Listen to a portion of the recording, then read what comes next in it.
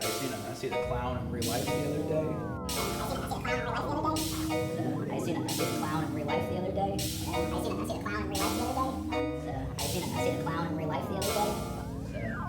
seen a clown in real life the other day. Bam! Clown car number 7. JC Fralick. So excited to have you here. Frickin' yeah, we I guess we have to give some backstory. I mean, we don't have to, but I would like to hear some JC lore. JC lore. I don't know, what do you want to hear?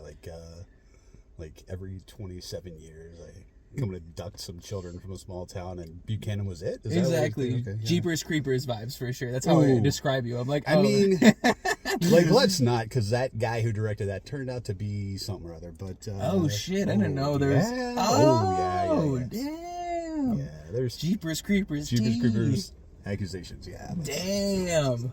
Rough. Well, all right, then not Jeepers Creepers. Yeah, but any other slasher would work. Just anything. Like It. I was thinking It, kind of with the. It's good that 27 years. Well, doesn't that come under quite a bit of flack too with the whole child gangbang scene? Fair. Man, can you pick something that is not? Are there books that are not troublesome? I'm sure there are. Yeah, I'm sure. Maybe I don't know. I remember picking up The Color Purple in 7th grade and be like, what the fuck is this? 2 pages in, they have this in school? Right. That shit's wild. But, what, you ran a podcast for quite a long time? Yeah, I did a daily podcast. Well, it wasn't daily. It was a week daily. So a five time a week podcast that I did for...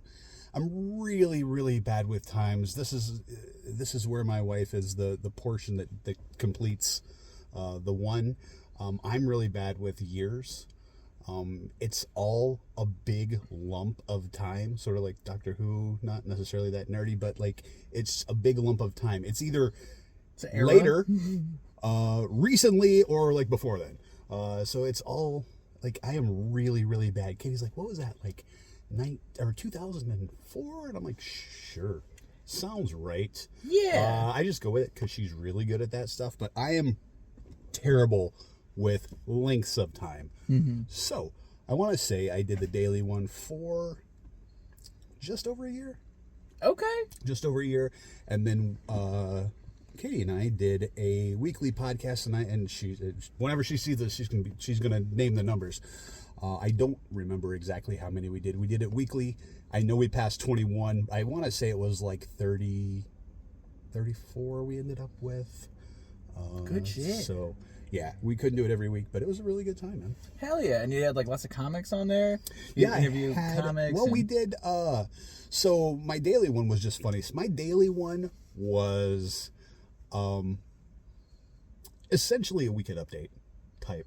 I would find ridiculous news stories and I would make jokes like they do on Weekend Update. Okay. It was. I'm sure that was my inspiration. It was Weekend Update. So we'll go into work, and thankfully I worked at a job where I had ingrained myself like a tick. They couldn't get rid of me, and I could just kind of do what I wanted. Fuck yeah. It was great for the time. I mean, do I look back and feel bad? No. But should I? Maybe. I don't know. But I worked really hard for them for a whole lot of years, and then for a couple of years I worked. Fucked off. You earned not that. Too much. I do feel like I earned it. But I was at a place where I could do that. I had people under me who did a lot of my work, and I was able to do a little bit more time. JC, Master of Puppets. Right. I would look at the news stories. So any silly news story, I would try to find something like that. And then I would look, at the same time, I was doing for my team a song of the day. And so I would listen to oldies radio station on the way in, randomly channel surfing. And I would pick a song of the day and write this whole long history of the song and the artist. And yeah. Wow, like factual? Oh yeah. Oh shit! I would research this song for an hour or two, maybe not two. And then you do hour. that for your and employees? Then I would literally write. Yep, here's the song of the day. Here's the Superstition by Stevie Wonder, and I would go through the history, when it charted, and any different little facts. Damn. About it. See, that's so crazy because we both love music. And this is, I had this conversation with Gigi recently. I don't look through, for the most part, any like fun facts or about the music or the artist or the origin of it or anything like that. I just listen to the music, and then like, so I'll show like me, like my girlfriend Gigi will be listening to music like for a while, and then later I'll be like, yeah, this band's great, and she's like, oh yeah, like you showed me them forever ago, and like, did you know this and this and this about them? I was like, no. She's like, you say they're your favorite band. I was like, yeah, because I just listen to their music. I don't have time to go back through like their entire life history. See, I'm the guy who I'll dig in. Mm-hmm. I will like, oh, that's interesting to me, and I will just dig, and I will find little facts, and they will stick because, like, hey, did you know? People love that, or people hate it. I don't know. They don't tell me that they love it, but I'm like, hey, did you know this? And then if it's interesting enough, I love it, but I don't actively pursue it, and that's fair. Yeah. That's fair. That's just my personality. That is the true nerd of who I am. Like. You know, people have used that word a lot, but I really feel like someone who nerds out over something is someone who digs in, tries to learn everything there is to know about it, and then wants to try to spread that. Mm-hmm. It's like non-denominational, like religion. And that's just cool. Like I love, like it's, I guess it's weird having a. Like, because I as much as I do love music and, like, the things, because, like, if I like something and I'm going to spend time, like, with it in my presence, you know, watching a show, like, listening to music, it's like, I do think this is of quality, just because I don't like to have just random stuff that doesn't have a good amount of substance to it, you know, coming into my space while I'm watching it or listening to it. So it's interesting to have such a surface level relationship with it rather than completely diving in. And I really appreciate people that do the diving in and going into stuff, because like again, like me having conversation with Gigi, she's like, how can you just listen to this artist and not know if they're like a great person or their values or anything else like that? I was like, oh, well, I just feel like a lot of people have depth and I like to give them the benefit of the doubt. But then you hear later that, especially recently, that they're not a great person. Right. And then you're like, oh, well, now I feel conflicted. Right. I fell in love with this art, and now it's a whole, it's debate and discussions I have with a lot of my friends, the whole art versus artist. Can you separate it? You know, we probably started having that conversation, at least the group that I'm most entrenched in, about Woody Allen. You know, he's such a terrible, terrible person. Director, like, super famous director. I know I've heard of him, and I'm sure I've seen his work, sure. But at the same time, I'm like, oh, Woody Allen. I've never been a fan. Mm-hmm. Even before I knew he was a piece of shit.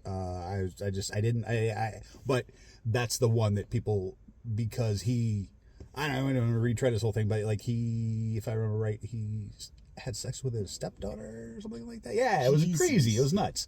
And he's always, he's always been a controversial figure. I'll put it that way. I don't have a strong opinion. That's just somebody that we point to, and that's where I remember sort of the conversation of art versus artist starting. Yeah, for me in my life. I'm not gonna say that's where it originated.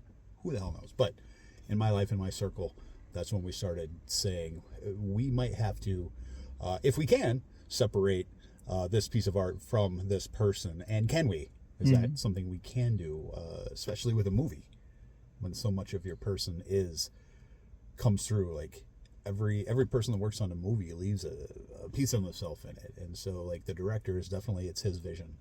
The actor leaves their performance. So, like, can you enjoy a movie with a person who you know is a terrible person? Like, I don't know. That's the question. It is weird. And I guess coming from, how, like, older figures, I guess people just kind of knew that random stuff about them. It was kind of like, oh, the crazy fact that people would bring up when you talk about them. They're like, oh, Jerry Lee Lewis married his cousin that was like 13. Yeah. And then, like, growing up hearing stuff like that, and then people just knew it, but they were just like, yep, that's just how it went down, as opposed to now when people are so connected through the internet and able to talk about, like, hey, this isn't okay and we shouldn't support this, is very, very interesting. I feel like I've come, I guess, with a lot of Quentin Tarantino stuff recently, just hearing, like, on Inglourious Bastards, how he I can't remember the actress name. She's an amazing actress, been in so much stuff. But how he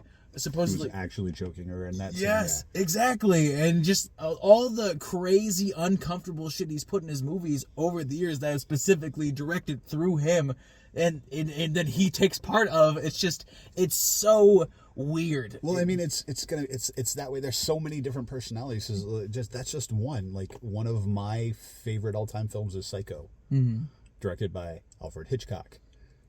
Well-known asshole and mistreated the women in his cat. Like, how do I deal with that? Exactly. I guess you just have to accept that's just what fucking happened, dude. It's awful. Right. But it's unfortunate that those things happen. This is the work that came out. Can I enjoy it objectively? I hope so.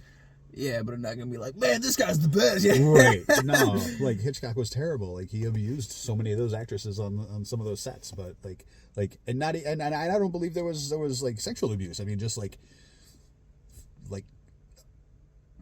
in the Birds, when he put real birds in and she wasn't expecting real, like, that's messed up, man. Like, you're not expecting that. Up. Yeah. God so damn. There's lots of stories like that. I don't know. It's a whole famous people in power.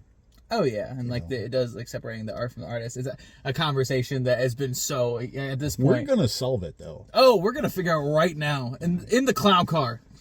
Clown car's got. We're on it.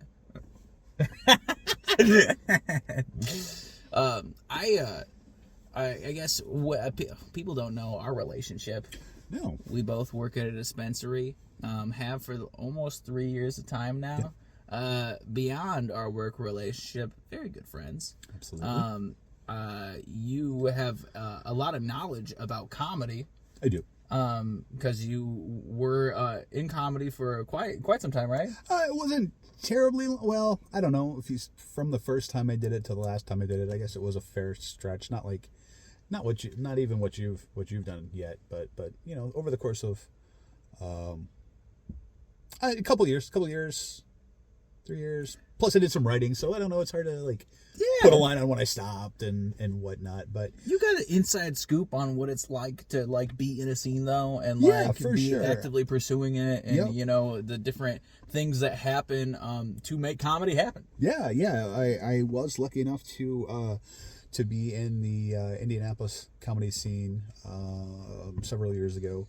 A couple different clubs, a large group of people that I can still name and be like, hey, point to this day. And there was no I don't know, it just didn't it felt, I'm the type of guy who likes to go and try stuff, and I want to experience things, and I'm get the new stuff at the restaurant, get the new thing, try the new different and so I have a lot of experience in a lot of different things. Like, I'm decent at drawing and I can play guitar a little bit, but I never stuck with it, any one of those things, because I don't think I found the right one yet, and I don't know if I ever will. Maybe it's just about the experience for me. But I was lucky enough to experience the Indianapolis comedy scene for a while, see some of the ins and outs, see some of the really good, a little bit of the not so good, and it was a fun time. It was a fun time. Oh yeah.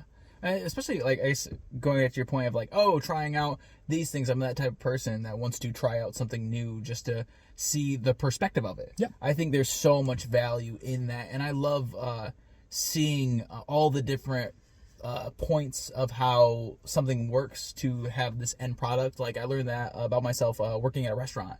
So I was a barback, but then I was a server, but then I got to know the bartenders and why they do certain things, and I got to know why the kitchen does certain things, and I understand why the servers do certain things, and then seeing all of those things work simultaneously for this one goal, and just seeing how things can be placed to make all of these jobs easier or anything else like that. I was super, I don't know, just intrigued to just be like, these are the inner workings of this thing. It's so fucking cool. And I think maybe that's a little bit of why I really did it. I wanted to see if I could write successfully my material or in any sort of capacity. And it was to, I loved comedy. I have met so many comics. You could name 10 of your favorites. I probably have met 3 or 4 of them. You know what I mean? Just from live music, live comedy, and movies. are things that really bring my wife and I together. So anytime we can go see comedy, anytime we can go see a really great band play a really great concert, or anytime we can go see a good movie. I mean, it's all the entertainment things, but live music and comedy, those are like special event elements. They unify an audience, and to see what that looked like from the other side was probably really why I did it. Oh yeah, 100%, man. And that's just I just respect that a lot, because I am like I think you see my last episode. I was talking about the analytical aspects of comedy. That's my shit, dude. No, I love it so much. So like having somebody that has respect for that and like knowledge about it, and just being able to like have them understand what I'm talking about in certain aspects is my shit. Love it. Ugh. Yeah, no, it's what I want to say here.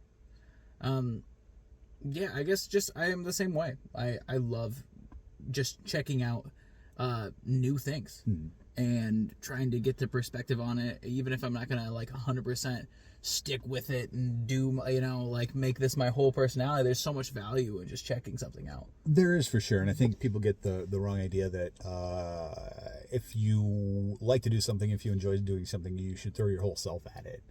I think people get that sort of confused. If you love something and that is your goal and your true desire is to, if we're just saying here, like if your true desire is to be a touring comic, then yes, you should throw yourself at it. But if your desire is the process, or learning more about yourself or learning more about the world, you don't need to. I don't draw to change the world. I draw to express, to learn a little bit about, I like to draw wildlife, to learn a little bit more about wildlife, and then to give, not patting myself on the back, but really cool shit to friends. When I'm done, it's pretty cool. Yeah. It's good to, like, and I don't need to monetize that. I don't need to perfect it. I don't need to take it any further, because the process is the enjoyable part for me. And so, well, it's bending like a medium to your will to benefit your life, you know, and that's a personalized experience. And that's what I think is very interesting about a lot of creative pursuits and some things like that is they sometimes that's completely taken out of them. You know, the like, oh, like I love doing comedy because it's for me. You know, I like doing this bit because it's, you know, I like to say that. It's like, oh, you know, that, you know, I am trying to get an audience to laugh. But at the end of the day, it's like, oh, I think this is funny. It's like, I'm going to go and do that. And if I didn't think something was funny and like, but it still made people laugh, I'd be awful. Right? You know, that's so not hollow. It's not you're not doing it for you then. You're not, right. I'm not, if I was doing that, it would again be hollow, and I 100% feel like people would feel that, you know, from me. And I don't know. I mean, I would hope they would. I don't know. I know people, like, I feel like there's some sociopaths in our lives who they wouldn't recognize. They would mask it so well that they would just be like doing the thing, and then. That's scary, dude. I know, right? I feel like I've had some encounters with some sociopaths. So like, and that's I'm like, it's weird because it gives you, I guess with me, I'm just very reserved to friendships now. Okay, that's fair, yeah. Because I'm just like, okay, like what? Because with me, I think I've said this to you before, but I just think it's crazy because those people will play chess with relationships in everyday life for no personal gain besides. Like manipulation, yeah, manipulation, and then like gaining the favor of certain people in certain people's eyes, and like putting other people down, and like it's so scary, dude. It's weird because I've taken those people out of my life, and then years later been like, all right, let's try this again. Like, and it's like, wait a minute, you did the exact same thing. You didn't change. Exactly. What the hell? We're supposed to change. It's so crazy, man. It's insane. So I guess. With that, it's just, oh man, it is scary. You got to be careful with people in that sense. Oh yeah. I mean, you do, but do you? But do you? No, I mean, if we're not, sure you do. You sure you have to guard and protect yourself. But if you're not open, you could miss a lot. Yeah, and well, that's with me too. It's like, I feel like I'm a very open person. Like I'm an open person. And I'll give you the benefit of the doubt until you prove yourself to be a piece of shit. Sure, yeah. And with that, I guess I don't make the time for just because I have a lot of stuff going on, but I'm not gonna like make time for people like that, I guess. No, and nor should you. I mean, I guess the possibility of them being like that, more like, I guess like putting yourself in that vulnerable position, or just let it get to you. I guess if like people were to do something like that, I guess at this point, I'm just like, I don't know. I'm like, all right, whatever. If that's how you are, I'm okay with like you being out of my life. Well, and if you can get to that point where you can be like, well, people are all messed up. We're all broken. We all have our stuff, and I can only control my own reaction. And so I am going to say that you're broken and busted, and that's why you did that. And I'm not going to let it affect me. If you can get there, awesome, man. I haven't gotten there. I still worry about. I wish I didn't. We shouldn't worry about what people thought, but we do sometimes. Oh yeah, I definitely like. It's about, obviously everything is balanced. Sounds so cliche, but I don't know.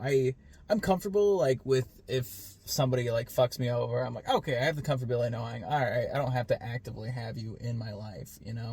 I have that, but definitely, I guess like. People, like you're saying, people's views, like obviously I don't know, I care about those, but at the same time, like I'm like I don't know, I'm getting to this weird age where I'm like getting to 25, so like in the early 20s I feel like I'm like hyper aware of that. I'm like, oh, like who am I, because I'm still developing as a person and trying to come into myself. It's like, oh, what do these people think of me, blah. And now as I'm getting older, I'm like, after your like soft spot closes up, yeah, it's like, it's not that I'm not like open to. It's not like I'm not vulnerable still, but at the same time, I'm like, okay, I feel I trust myself to be able to fuck up, if that makes any sense, Oh, yeah. Yeah, for sure. You have to be able to trust yourself to fuck up. You have to be able to fail safely. Yeah, and like that's as long as I'm not coming at something with ill intent. Like I trust myself not to come at like a situation, especially socially, with ill intent. For a situation to fall out unfavorably, for the people around me, So I guess I feel like that's where that comes from, and also being able to like I wanted to say something about I made a comment that like with me talking about being in comedy, how cool it is to like go in and have a community of people. Doing stand up and that is cool. Mm-hmm. That is cool. Absolutely. And then you said, go ahead. I believe I said maybe everybody has that with their thing. You were sort of and I don't want to make this like, but you were sort of this. You were like, well, I'm sure everybody's got something like that. Mm-hmm. No, man, they don't. Not everybody does have something like that. That's a special thing. That's a thing that you have to intentionally nurture because it doesn't just happen. Mm-hmm. And your path doesn't just happen because you're driving 2 hours for 7 minutes. You know that. But having that community, fostering that community, being a part of that community, not a lot of people don't have those things, and that's why a lot of people feel so isolated and alone. Especially a couple of years ago when we were all locked in our houses, so many people felt so very alone, I'm thankful for everybody that does have something like that. A lot of people do have stuff like that. I just wanted you to know and come back to that's, I don't want you to be dismissive about it. And that's maybe not the right word, but it was just like an offhanded comment, like, well, I'm sure everybody's got something. I don't think they do. I think that's a real thing. It's a real cool thing. Oh yeah, no, I that's part of the reason I talked about it, is because I do love it, and I can be dismissive about the things that I'm doing, just because I guess I don't want to be like, I don't know, fucking what's the term? Honking my own horn? Is that what it is? I mean, that's... Is that what people say? Is that what the term I'm going for? Like the phrase? You know what I'm saying? I mean, I've heard tooting my own horn. Tooting my own horn. That's what it was. I think we talked about this before. I'm notorious for getting classic expressions wrong. It's hilarious. Oh, it's so bad. It's so bad. Honking my own horn. I mean, it fits. You do honk a horn. It's the same thing, right? Tooting. I feel like honking is more professional to say than tooting. Right. But honestly, it sounds dirtier. Honking? Yeah. Like if I said I'm just, honking my own horn. Maybe that's just that does that. It sounds a little dirtier, doesn't it? You had to convince me, but it does. Okay, cool. But yeah, I guess I can't be dismissive when I'm talking about certain things, just because I know I'm a very passionate person when it comes to the things that I love. What I just mean by my comment is I don't want you to be so dismissive of it that you overlook how much of a big deal it is. Yeah. And it's a really cool thing. I know that's why you were talking about it, but I want you to, like, in the moment, be thankful for it. You know? Oh, for sure, dude. I love that so much, man. And the relationships that I have with people through this weird art form have just it's so interesting, man. You know, it's so interesting. Just like, strangers, and then you become friends just from seeing them do their thing, right? And then you become like a fan of theirs, and you're like, oh, I love when they do this bit. All right, like I love that so much. And then you can just, you become you come together by pursuing this weird thing. You're like being super vulnerable, trying out new material and stuff. So it is even in I guess other art forms. I guess, because when I said that, I remember specifically when I was saying, there's other people that have communities of things, like book clubs, or like LARPing, or those people have those communities. Sure, there are some. But I think more people than we think are. Don't have that. Yeah. I'm thinking what would I have that's like that without stand-up? Right. I know a lot of people play games online now, and that's super, super cool to be with people in a community like that. But if I didn't do stand-up, I really wouldn't know what I'd have that would be like that. Yeah, I mean, it's, there would be something, because that passion being stripped from you would leave a vacuum that something would eventually fill. Yeah.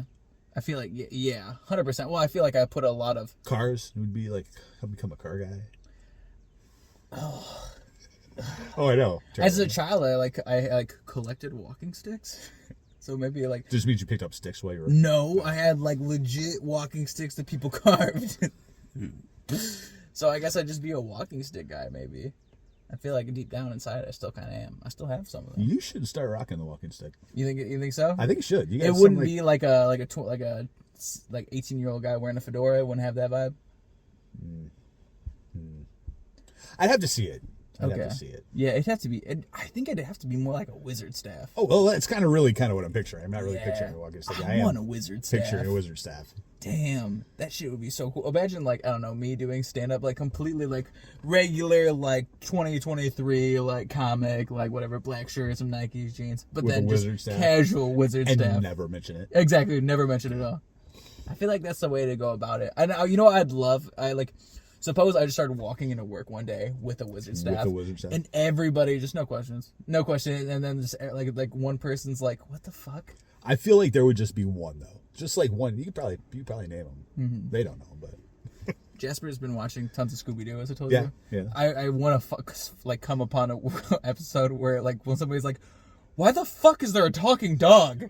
And they're everybody's just what are you talking about? It's Scooby-Doo. And he's like, the dog's fucking talking. Idea of random attire like that.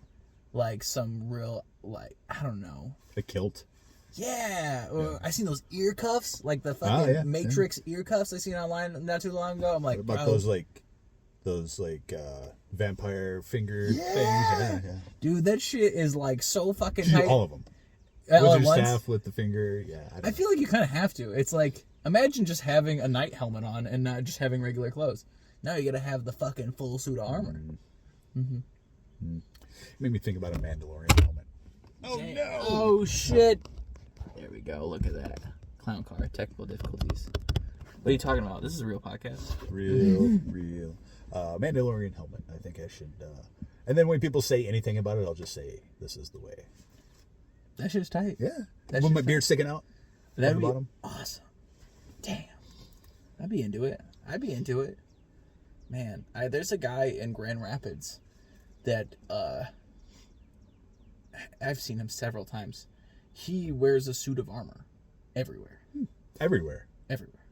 Oh. I guess he had some real run-ins with the police from what I'm hearing, but he... Because of the armor or before the armor? I think it's because Is it the reason for the armor? He goes to bars a lot. He's like... So, like... I think that it's less of the armor, more of the probably, you know, perpetual drinking. Okay. I'd say, you know, I don't know anything else about this guy, but I've seen him several times, and he's just rocking the suit of armor. And I'm like...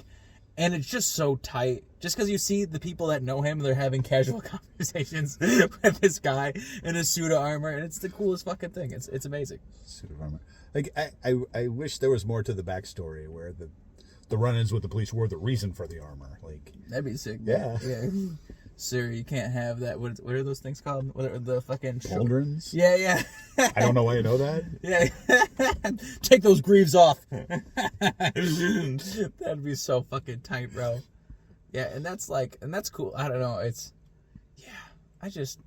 I want some cool ass random, especially playing Elden Ring recently. Oh, yeah. Seeing all this shit like that, I'm like, damn. Those crazy masks, you probably haven't seen them yet, but you'll get there. Exactly. I just like, oh man, I want fucking some cool ass medieval apparel or anything else like that. I wish people wore shit like that more casually. Like, I could, like, foot coverings. I could deal with that. That would be something interesting, like a weird, like, leather boot wrapped foot covering that's just takes like 20 minutes to put on, but you gotta, you know. Oh yeah, like the lace, like the so it would just be hoodie, hat, beard, and then weird leather lace-up boots or something. Okay. I don't know. I don't think any of this sounds stuff. A little. I got kicked out of a bar for bringing a pickaxe in once. You did? I did. What? Damn. It was a Christmas. Were you trying to make the like weird like apparel? Like, it was. I started carrying a pickaxe. It was a whole minor. Yeah, my minor persona really didn't hit with the corporate world. Came in with my mule, and they're like, "Go home. Get the fuck out of here." I was dressed as, you know, the old Rudolph the Red-Nosed Reindeer claymation. Yes. I was dressed as Yukon Cornelius with the hat and the earmuffs, and I had an actual small little pickaxe. And I carried it, like, under my arm for most of the bars, but I set it on the table, and the bouncer came by and picked it up, and he goes, "You got to go." I was like, all right, man. Damn. He didn't say, "Hey, put the pickaxe in the car"? No, he was like, "You got to go." Damn. Yeah. Just for being underage. Oh, yeah. That'll happen. Oh, yeah. I got kicked out from being at a bar underage, but that's about it. Yeah. Maybe I'm not living the life. Have you got kicked out of several bars in your lifetime? I think only the one time, I believe. It's a pretty cool way to get kicked out of a bar, too. I got kicked out of a comic shop once. For why? Kind of a long story, but essentially there was an event, and my buddy was running a booth, and I needed to go tell him something. It was very, very important. But there was admission for the thing, and I was like, "You see me every week. I'm not paying your fucking admission. I'm going to tell my buddy. I got to give him a message. Literally got to go tell him your mom needs something. It's something." I don't even remember what the message was. But the shop owner, and he was like, "It's $10 to get in." And I said, "No, it's not. I just got to go tell Richard." It was before cell phones. He's like, "It's $10 to get in." I said, "No, man, it's not. I got to go tell Richard, or you can go tell him."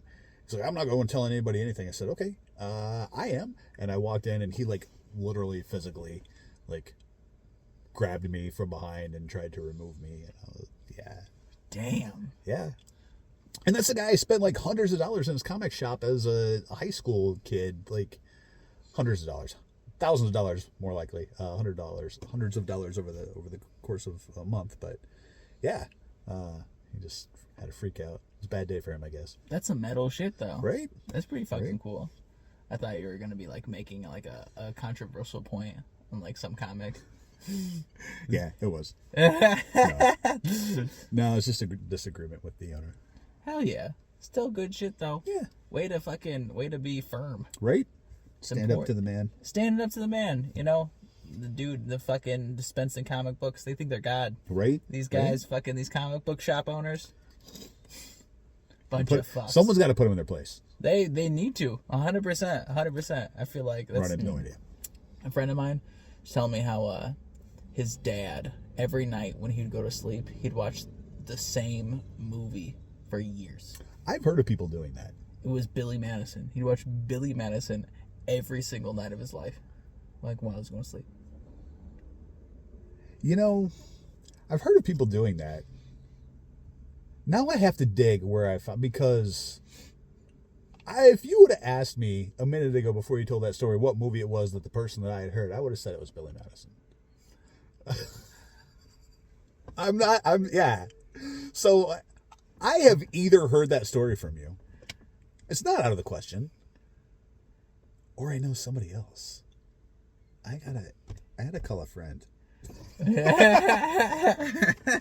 Does your dad still watch Billy Madison every night? Well, just say yes or no. Yes or no. Yes or no. Very important. The fate of the world. I had that as a kid, and I feel like that's way more understandable as a child. Yeah, and it might have been like a younger person from, I don't know. Yeah, I can see. I rewatch movies. Like, there's like 20 of them mm-hmm. that we put on the regular because we own them on digital and you can just hit play there. But there's like 20 of them. There's not like one. Yeah. Billy Madison again.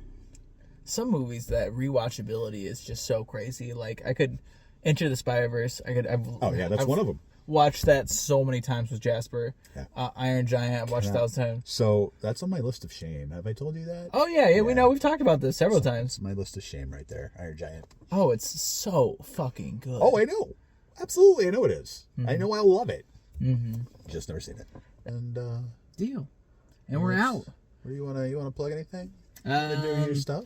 I got some stuff. I got a show May 13th in Portage, Michigan at Travelers Pub, I believe. Okay. I've got that going on, and I got a lot of other stuff in the works that I'm going to be releasing here. All right. Cool. Well, anything you want to plug? You could. Ooh, JC and KTs. JC and KTs. JC plus KTEAS. Find us on Facebook and Instagram.